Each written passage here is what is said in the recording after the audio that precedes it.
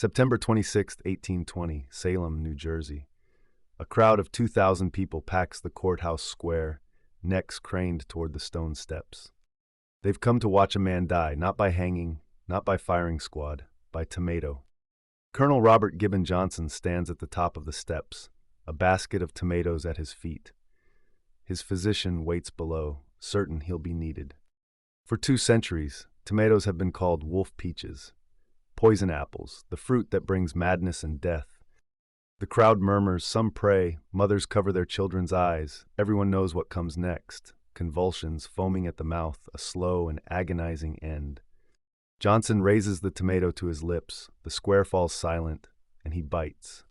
This is the story of how one man's lunch became legend, and how 2,000 people learned they'd been afraid of the wrong thing all along. For 200 years, the tomato was Europe's forbidden fruit. Not because of religion or superstition, but because rich people kept dying after eating them. The tomato arrived in Europe from the Americas in the 1500s. Spanish conquistadors brought back this New World curiosity related to deadly nightshade. The wealthy took one look at its blood-red skin and made a choice. They planted them in gardens as decorative poison, a warning to children, a curiosity for guests, anything but food. But here's what actually killed them: their plates. Pewter dinnerware was the status symbol of the European elite, and it was loaded with lead. When acidic tomatoes touched pewter, they leached lead into the food. The rich ate their status symbols and died slow, agonizing deaths, and they blamed the tomato. This is the story of how chemistry, class warfare, and one New Jersey colonel's theatrical death wish changed what we eat forever. Meanwhile, peasants across Europe and the Americas were eating tomatoes just fine. They used wooden plates and bowls. No lead, no death, no problem. But who listens to peasants? The medical establishment belonged to the wealthy, and their doctors documented every tomato death in excruciating detail. By the 1700s, the tomato's reputation was sealed.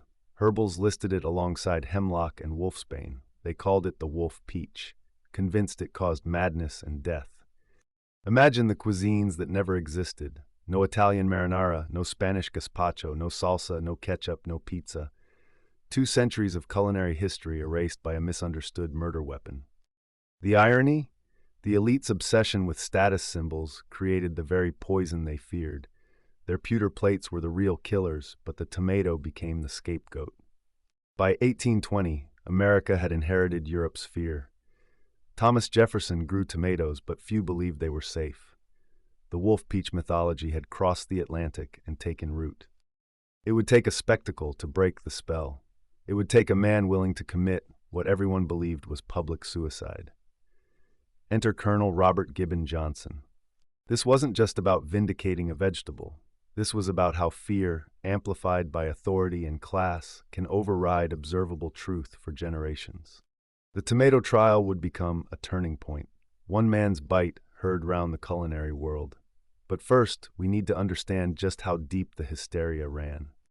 The year is 1620. Across Europe's wealthiest estates, aristocrats are dying at their own dinner tables. The symptoms are always the same: convulsions, madness, then death. Physicians blame a new exotic fruit from the Americas. Brilliant red, impossibly bright. They call it the wolf peach, a fruit so dangerous even wolves won't eat it. The tomato belongs to the nightshade family: belladonna, mandrake, deadly nightshade. Every other member of this botanical family can kill you. So when aristocrats kept dying after eating tomatoes, the logic seemed airtight. The evidence was everywhere. The richer you were, the more likely tomatoes would kill you. But the poor ate tomatoes in Italy, in Spain, in the Mediterranean, and they lived. What was killing Europe's elite? The answer was hiding in plain sight, on every aristocratic table, in the very plates that displayed their wealth. Pewter, a soft metal alloy containing lead, the same plates passed down through generations, symbols of family prestige and status. When acidic tomatoes touched pewter, chemistry became alchemy, but in reverse. The acid leached lead directly into the food. Every meal on pewter plates was slow poisoning. Every tomato dish accelerated it. The aristocrats were being killed by their own wealth. The poor ate from wooden bowls and clay plates. No lead, no poison, no death. They had been right about tomatoes all along. But nobody made the connection. For 200 years, tomatoes carried the blame, while pewter plates carried the poison. By 1820, America had inherited Europe's fear. The tomato was beautiful, abundant, and according to everyone who mattered, absolutely lethal. Doctors published warnings. Mothers told cautionary tales. The wolf peach could cause madness, fever, and death. Everyone knew it. Everyone believed it. Until one man decided to prove them all wrong, in public, in front of thousands, by eating what everyone called Red Death. The aristocrats of Europe were dying. Mysterious deaths swept through manor houses from London to Rome. The symptoms were always the same: stomach cramps, confusion, convulsions, and the victims always had one thing in common: they'd eaten tomatoes. For 2 centuries, the tomato carried a death sentence among Europe's elite. They called them poison apples, wolf peaches, the fruit of madness. But the tomato wasn't guilty. It was being framed by something sitting right beneath it. The real killer was pewter, the fashionable dinnerware of the wealthy. These plates contained massive amounts of lead, sometimes up to 50%. For generations, this went unnoticed because most foods were harmless against the metal. But tomatoes were different. Their high acidity, the same tang that makes them delicious, acted like a chemical key, unlocking the lead from the pewter and leaching it directly into the food. The wealthy ate their tomatoes on pewter and died. The poor ate theirs on wooden trenchers and thrived. But instead of blaming their expensive plates, the aristocracy blamed the fruit. Class privilege had literally poisoned their judgment. Here's the twisted irony. The tomato became known as a poison precisely because rich people could afford to die from it. It was a murderer that only killed the upper class, which made the legend spread even faster through society. By the time the myth reached America, no one remembered the pewter connection. Doctors wrote treatises on tomato toxicity. Botanists classified it alongside deadly nightshade.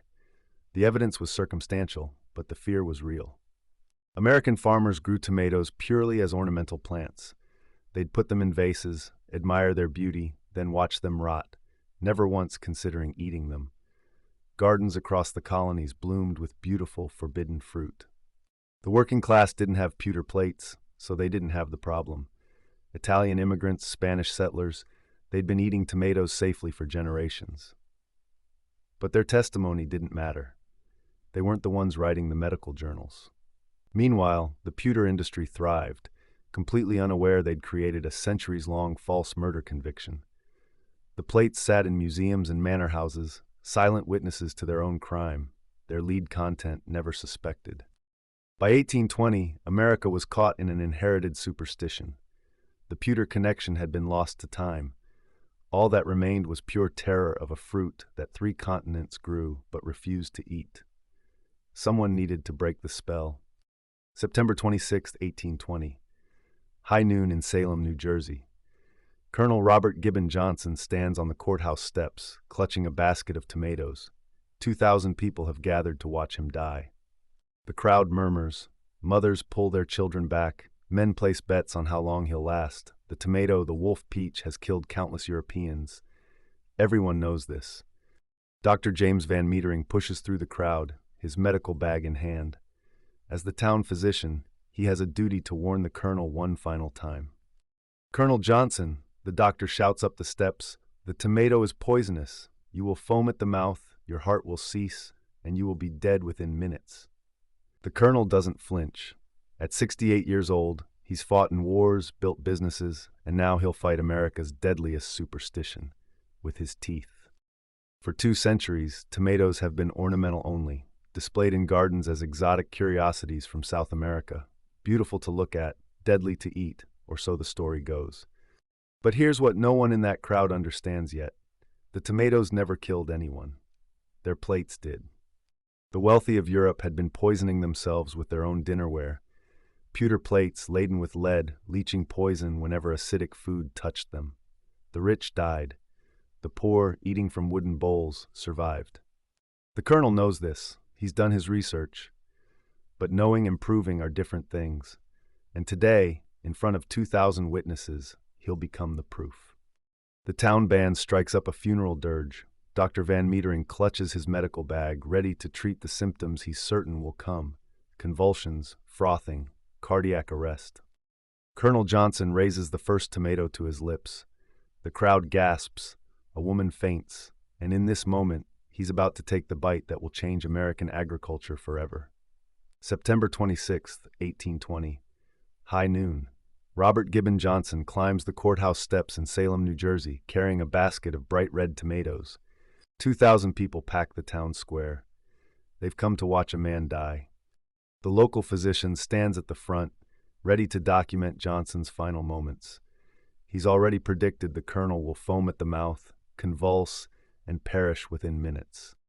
Johnson raises the first tomato high above his head. Women in the crowd turn away. Some cover their children's eyes. He bites. The crowd gasps, a collective intake of breath that echoes off the courthouse walls. Tomato juice runs down Johnson's chin. He chews deliberately, making sure every person can see he's swallowing. Someone in the crowd screams. A woman faints and is caught by those around her. The physician clutches his medical bag tighter. Johnson reaches for a second tomato, then a third. He's not just proving a point, he's putting on a show. One tomato becomes two, two becomes four. The colonel devours an entire basket of what everyone believes is pure poison. And here's what nobody expected. Johnson doesn't fall, he doesn't convulse, he doesn't foam. He just stands there, very much alive. The physician frantically checks his medical texts. According to everything he knows, Johnson should be dead. But the colonel is smiling. Minutes pass, then an hour. Johnson remains on those steps, alive and well, while 2,000 people watch and wait for death that never comes. By sunset, the truth becomes undeniable. Everything they believed about tomatoes was wrong. The wolf peach was not poison. The madness was all in their minds. Colonel Robert Gibbon Johnson had just swallowed his last bite. The crowd of 2,000 stood silent, waiting for him to collapse. But he didn't. He simply wiped his mouth and walked away.